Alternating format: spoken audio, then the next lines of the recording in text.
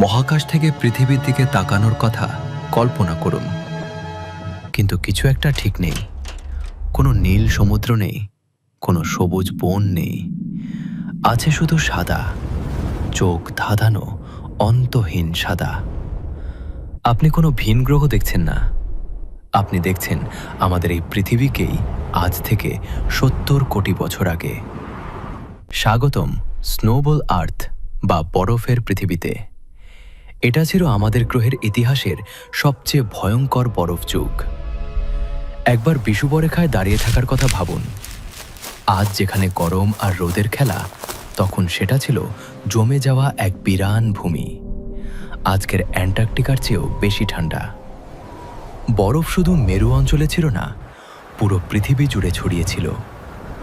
কিলোমিটারের পর কিলোমিটার পুরো বরফের চাদরে ঢাকা পড়েছিল গোটা গ্রহ।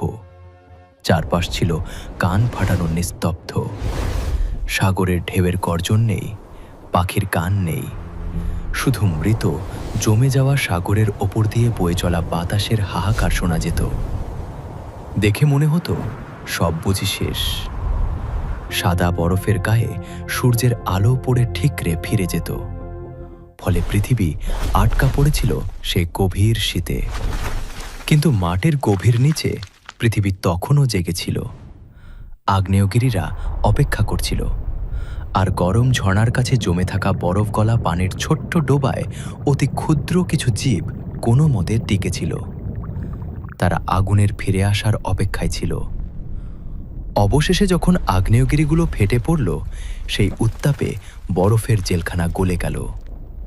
মুক্তি পেল সেই প্রাণের স্পন্দন, যা থেকেই বিবর্তিত হয়ে আজকের আমরা এসেছি। সেই বরফ যুগই আসলে ভবিষ্যতের পথ তৈরি করে দিয়েছিল।